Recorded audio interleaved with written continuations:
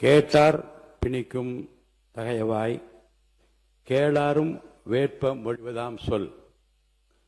சொல்லும்போது கேட்டவரை தன்வயப்படுத்தும் பண்புடன் கேட்காதவரும் கேட்க விரும்புமாறு கூறப்படுவதுவே சொல் வன்மையாகும்.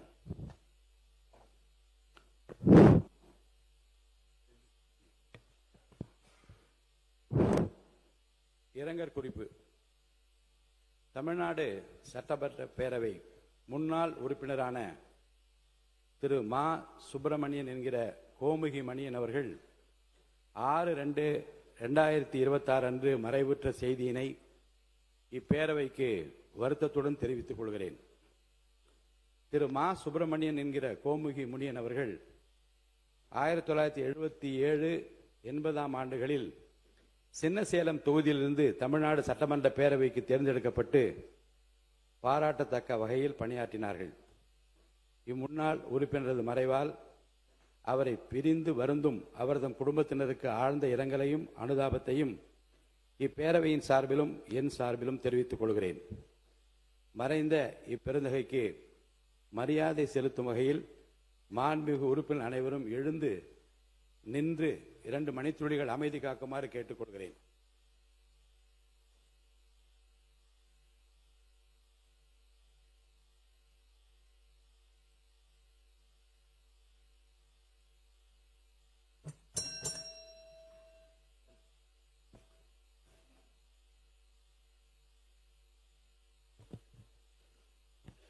அரசினர் தனி தீர்மானம்.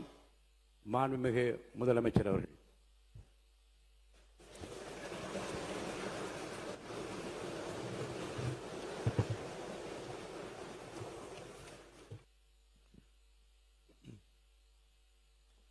மாண்புமிகு பேரவைத் தலைவர் அவர்களே, மொழி எப்பவும் தொடர்புக்கான ஒன்று தான், இல்லைன்னு யாரும் மறுக்கவே முடியாது. உலகத்தில் இருக்க எல்லா மொழிக்கும் இது பொருந்தும், அதையும் யாரும் மறுக்க முடியாது. ஆனால் நம்ம தமிழ் வெறும் மொழி மட்டுமல்ல, பேசினா வர்ற ஓசை மட்டுமல்ல, திரும்பவும் சொல்கிறேன், தமிழ் ஒரு மொழி மட்டுமில்ல, அது நம்ம உயிர், அது நம்ம உணர்வு.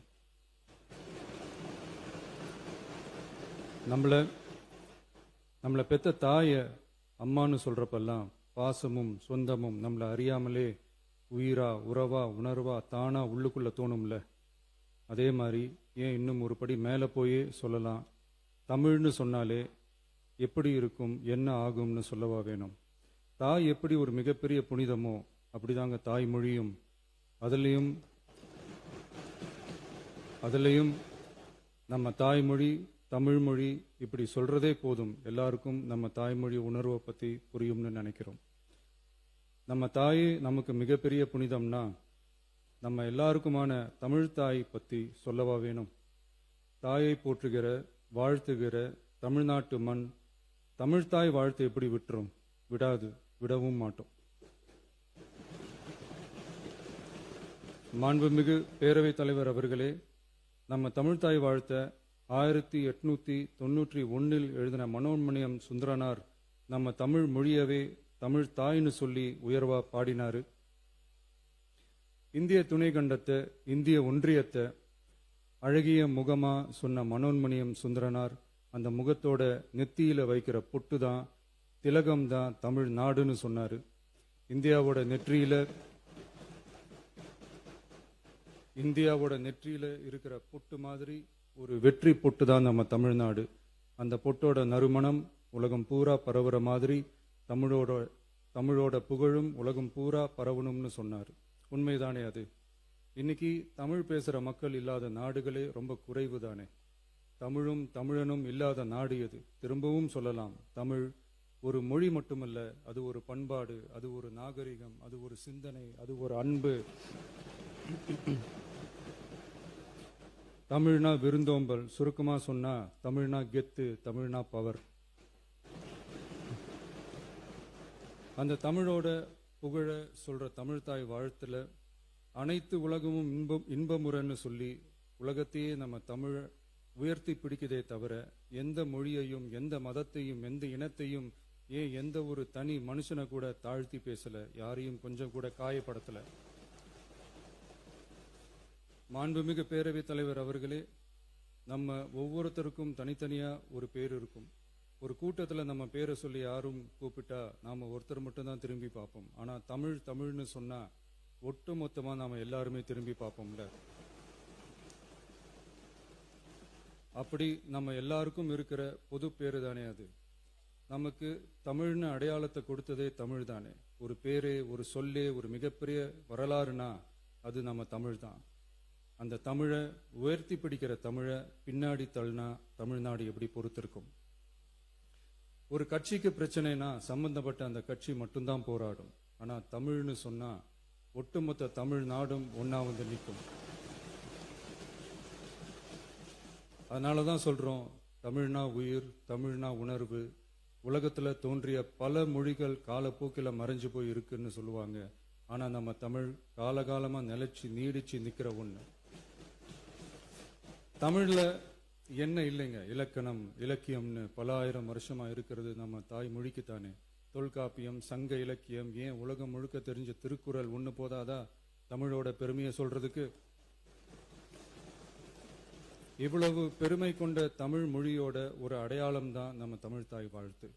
ஒட்டுமொத்த இந்தியாவோட பன்முகத்தன்மையை உயர்த்தி பேசுற தமிழ் தாய் வாழ்த்து நம்ம ஊர்ல, நம்ம தமிழ்நாட்டில் முதல் இடத்துல தான் இருக்கணும். நம்ம இந்திய அரசியல் சாசனமே ஒவ்வொரு மாநிலத்தோட மொழிக்கும் பண்பாட்டுக்கும் பாரம்பரியத்துக்கும் பாதுகாப்பு உரிமையை கொடுத்திருக்கு தானே. அந்த உரிமையின் அடிப்படையில தமிழ்தாய் வாழ்த்துக்கு முதலிடம் கொடுத்துதானே ஆகணும். அதானே மாநில உரிமை. அப்படிப்பட்ட தமிழ்தாய் வாழ்த்து தான் 1970 நவம்பர் 23 முதல் அரசு விழாக்கள்ல முதல்ல பாடணும்னு சொல்லி ஒரு அரசாணையை போட்டு அந்த செயல்பாட்டுக்கு வந்துச்சு. அதுக்கப்புறம் 2021 டிசம்பர் 17 முதல் மாநில பாடலா அங்கீகாரம் வழங்கப்பட்டுச்சு. அனைத்து கல்வி நிறுவனங்கள், பல்கலைக்கழகங்கள், அரசு அலுவலகங்கள், பொதுத்துறை நிறுவனங்கள் உள்ளிட்ட பொது அமைப்புகளோட நிகழ்ச்சிகள்ல தமிழ்தாய் வாழ்த்து கட்டாயம் பாடப்படணும்னு அரசாணையும் இருக்கு. 2026 ஜனவரி மாதம் 28 ஒன்றிய அரசோட கடிதத்துல அரசு விழாக்கள்ல பின்பற்ற வேண்டிய சில நடைமுறைகள் வெளியிடப்பட்டது. அந்த ஆணையில மாநில பாடல் பத்தி எந்த வழிமுறையும் இல்லாம இருந்துச்சு. நம்ம அரசு பொறுப்பேற்றதும் கடந்த மே மாதம் 27 மாண்புமிகு பிரதமர் அவர்களுக்கு மாநில பாடல்களுக்கு உரிய அங்கீகாரம் வேண்டும்னும், ஒன்றிய அரசு வெளியிட்ட ஆணைக்கு திருத்தம் வெளியிடணும்னும், மாநில விழாக்கள்ல தமிழ்தாய் வாழ்த்த முதல்ல பாடுறதுக்கான உரிய வழிமுறைகளை வகுக்க வேண்டும்னு சொல்லி கடிதம் எழுதியிருந்தோம். அதை தொடர்ந்து போன ஜூலை மாதம் 9 கடிதத்துல மாநில பாடல் பாடப்படுவது பத்தி இருந்துச்சு. ஆனா நம்ம தமிழ்நாட்டில் 1970களில் இருந்து தமிழ்தாய் வாழ்த்து எல்லா அரசு நிகழ்ச்சிகள்லையும் கல்வி நிறுவனங்கள்லையும் தமிழ்தாய் வாழ்த்து முதல்ல பாடுறது ஒரு மரபாவே இருக்கு. அதுக்கான அரசாணையும் இருக்கு. மாண்புமிகு பேரவைத் தலைவர் அவர்களே, தமிழ் நமது உயிர் மூச்சு, தமிழ் மொழி நமது அடையாளம், தமிழ் பண்பாடு நமது பெருமை. அதனால தமிழ்தாய் வாழ்த்தின் மரியாதையை பாதுகாப்பதில் தமிழக வெற்றிக் கழக அரசு ஒருபோதும் சமரசம் செய்யவே செய்யாது. தமிழ்தாய் வாழ்த்தை முதலில் பாடுவது அரசியல் அமைப்பிற்கும் இந்திய ஒற்றுமைக்கும் எதிரானதில்ல, மாறா வேற்றுமையில் ஒற்றுமைன்ற இந்தியாவோட உயர்ந்த கொள்கையை வெளிப்படுத்துறது. மேலும் தமிழ்தாய் வாழ்த்தை முதல்ல பாடணும்னு சொல்றது அரசியல் சம்பந்தமான விவாதமா மாறணுங்கிற அவசியமே இல்லை. இது தமிழர்களின் பொது அடையாளம். நம்மை வேறுபடுத்துவதல்ல, ஒன்றிணைப்பது. மாண்புமிகு பேரவைத் தலைவர் அவர்களே, தமிழ்தாய் வாழ்த்தின் கண்ணியத்தையும் தமிழின் தொன்மையையும் தமிழர் பண்பாட்டின் பெருமையையும் பாதுகாக்கும் இந்த உயரிய பணியில் இந்த சட்டமன்ற பேரவையில் உள்ள அனைத்து உறுப்பினர்களும் கட்சி வேறுபாடுகளை மறந்து ஒன்றிணைந்து அனைத்து கல்வி நிறுவனங்கள், பல்கலைக்கழகங்கள், அரசு அலுவலகங்கள், பொதுத்துறை நிறுவனங்கள் உள்ளிட்ட பொது அமைப்புகளின் நிகழ்ச்சிகளிலும் தமிழ்தாய் வாழ்த்து கட்டாயமாக முதலில் பாடப்பட வேண்டும் என்று கொண்டுவரப்படும் இந்த தீர்மானத்திற்கு அனைவரும் ஆதரவு வழங்க வேண்டும் என கேட்டுக்கொள்கிறேன். தமிழ்தாய் வாழ்த்து தொடர்பான அரசினர் தீர்மானம். தமிழ் உலகின் தொன்மை வாய்ந்த செம்மொழியாகவும் தமிழர் நாகரிகம் உலகின் மிக பழமையான பண்பாட்டு மரபுகளில் ஒன்றாகவும் திகழ்வதை பேரவை பெருமையுடன் பதிவு செய்கிறது. மனோன்மணியம் சுந்தரனார் அவர்களால் 1891 எழுதப்பட்ட மனோன்மணியம் என்ற நாடக நூலின் பாயிரத்திலிருந்து எடுக்கப்பட்ட தமிழ்த்தாய் வாழ்த்து 1970 நவம்பர் 23 முதல் அரசு விழாக்களில் முதலில் பாடப்பட வேண்டும் என அரசாணை வெளியிடப்பட்டு செயல்பாட்டுக்கு வந்துள்ளது.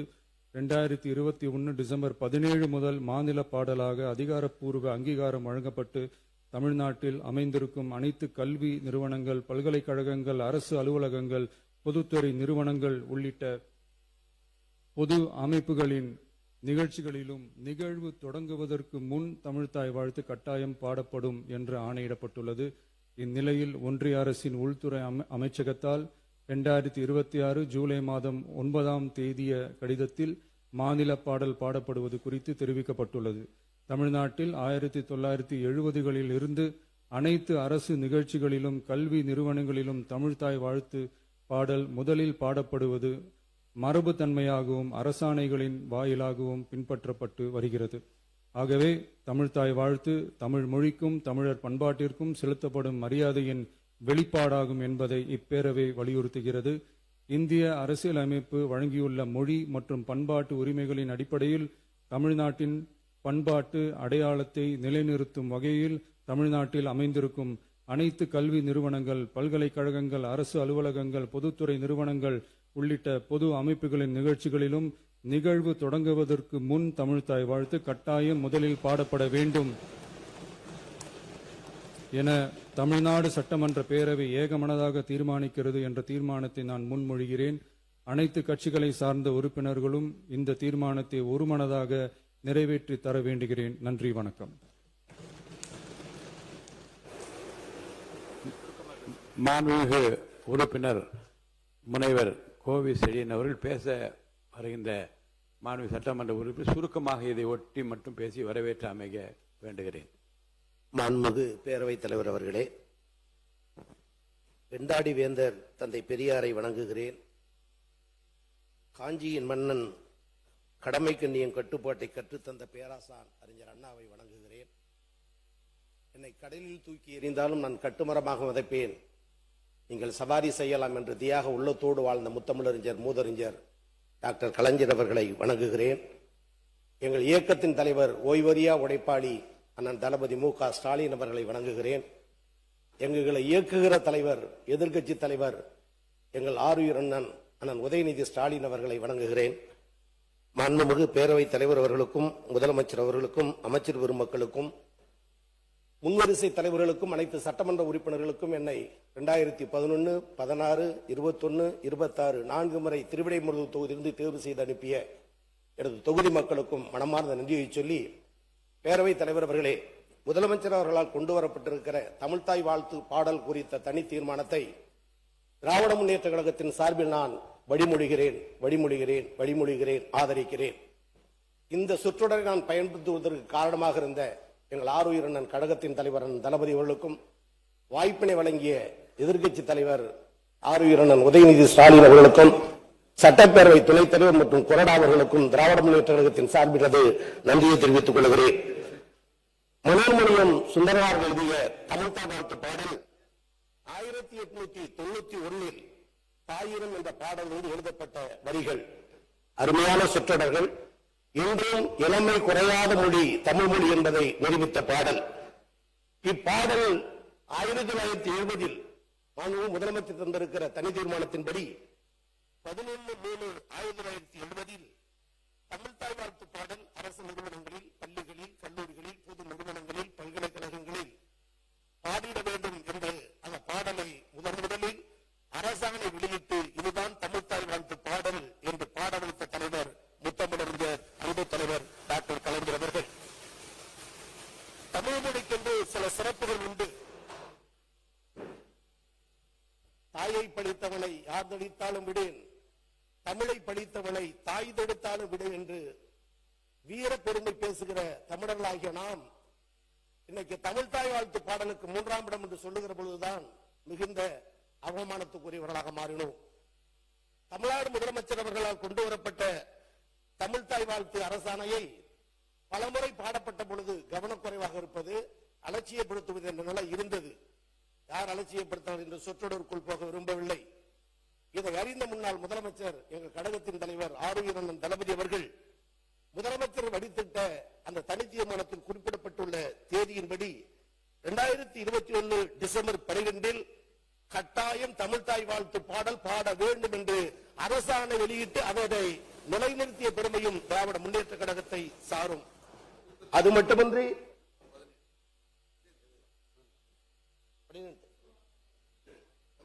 அதனை தொடர்ந்து தமிழ்மொழி பெருமையை சொல்லக்கூடிய வகையில் நீசமொழி என்று பேசப்பட்ட தமிழ் மொழியை தேச மொழியாக்கி செம்மொழியாக்கியது அன்பு தலைவர் கலைஞர் திராவிட முன்னேற்ற கழகம்.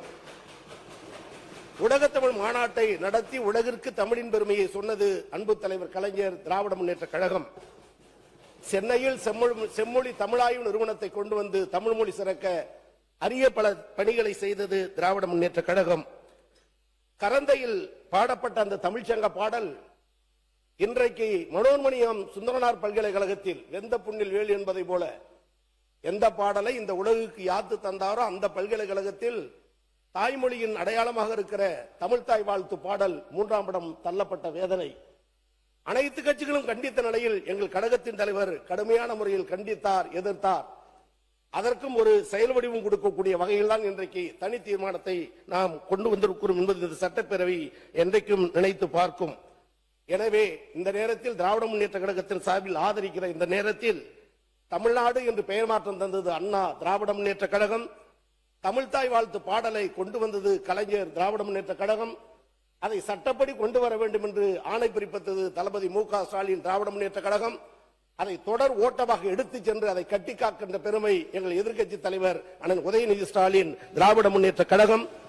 இவ்வளவும் சிறப்புகளை தமிழ் மொழிக்கும் தமிழ்தாய் வாழ்த்து பாடலுக்கும் படி திராவிட முன்னேற்ற கழகத்தின் சார்பில் ஆதரிக்கிறோம். ஆனால் அடிக்கடி மாறப்படுகிற இந்த சூழலை மாற்றிட மாண்பு முதலமைச்சரும் இந்த அவையும் பேரவைத் தலைவரும் அதை சட்டமாக்கி தந்தால் எவரும் இந்த தவறுக்கு துணை போக மாட்டார்கள். அதற்கு நிலையான உறுதியான இரும்பு தன்மையான அதிகாரம் கிடைக்கும் என்ற நிலையில் ஆதரிக்கிற அதே நேரத்தில் சட்ட வடிவமாக்கி தாருங்கள் என்ற வேண்டுகோளை வைத்து திராவிட முன்னேற்ற கழகத்தின் சார்பில் வரவேற்று அமர்கிறேன். வணக்கம்.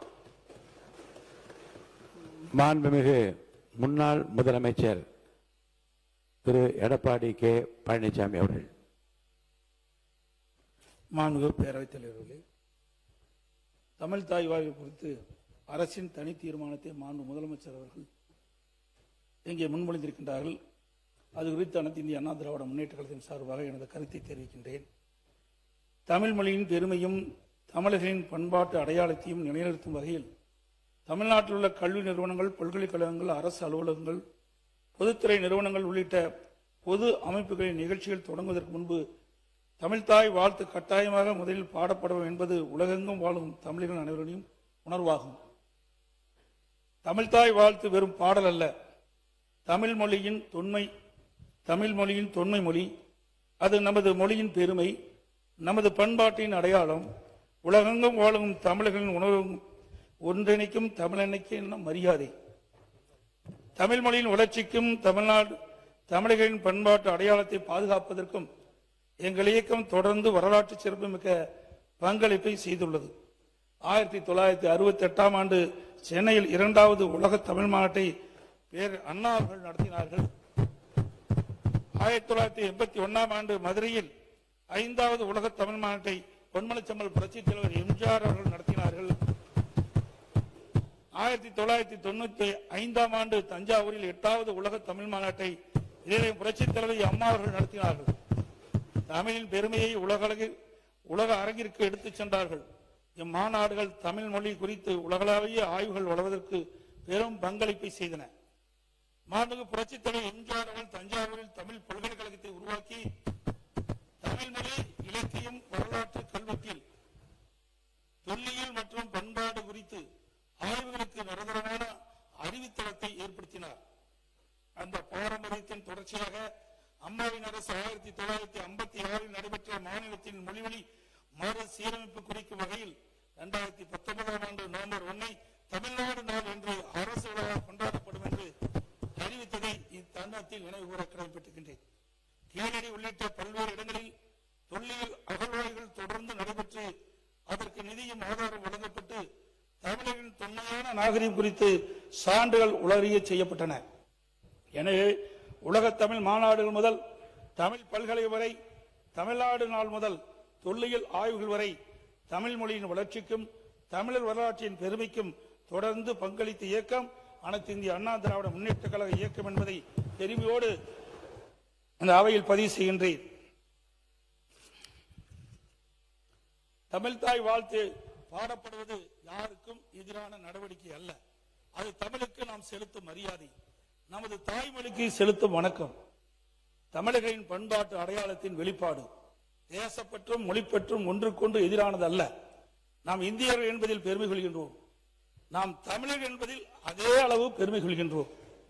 அரசியலில் நமக்குள் 1000 கருத்து வேறுபாடுகள் இருக்கலாம். ஆனால் தமிழ் என்று வரும்போது நாம் அனைவரும் தமிழர்கள். தமிழின் உரிமை என்று வரும்போது இந்த பேரவை ஒரே குரலில் ஒலிக்க வேண்டும். அந்த அடிப்படையில் தமிழ்நாட்டில் அமைந்திருக்கும் அனைத்து கல்வி நிறுவனங்கள், பல்கலைக்கழகங்கள், அரசு அலுவலகங்கள், பொதுத்துறை நிறுவனங்கள் உள்ளிட்ட பொது அமைப்பின் நிகழ்ச்சிகளிலும் நிகழ்வு தொடங்குவதற்கு முன் தமிழ்தாய் வாழ்த்து கட்டாயம் முதலில் பாடப்பட வேண்டும் என்ற இந்த அரசின் தனி தீர்மானத்தை அனைத்து இந்திய அண்ணா திராவிட முன்னேற்ற கழகத்தின் சார்பாக முழு மனதோடு ஆதரிக்கின்றேன். தமிழ் வாழ்க, தமிழர் வாழ்க, தமிழ்நாடு வளர்க. நன்றி, வணக்கம். மாண்புமிகு உறுப்பினர்களுக்கு ஒரு வரலாற்று செய்தியும் நான் இங்கே குறிப்பிடுவது பொருத்தம் என்று கருதுகின்றேன். தமிழ்தாய் வாழ்த்து 1970ஆம் ஆண்டில் இருந்து பாடப்பட்ட அந்த வரலாற்று செய்தியோடு இந்த மாண்புமிகு பேரவையில் 1991ஆம் ஆண்டுதான் முன்னாள் முதலமைச்சர் புரட்சி தலைவி ஜெயலலிதா அம்மா அவர்கள் முதலமைச்சராக இருந்தபோது முதலையாக பேரவையில் தமிழ்தாய் வாழ்த்து பாடிதான் தொடங்க வேண்டும் என்கின்ற அந்த நடைமுறை பின்பற்றப்பட்ட அந்த வரலாற்று செய்தி இங்கே குறிப்பிடுவது பொருத்தம் என்று கருதுகின்றேன். மாண்புமிகு உயர்கல்வித்துறை அமைச்சர் அவர்கள்.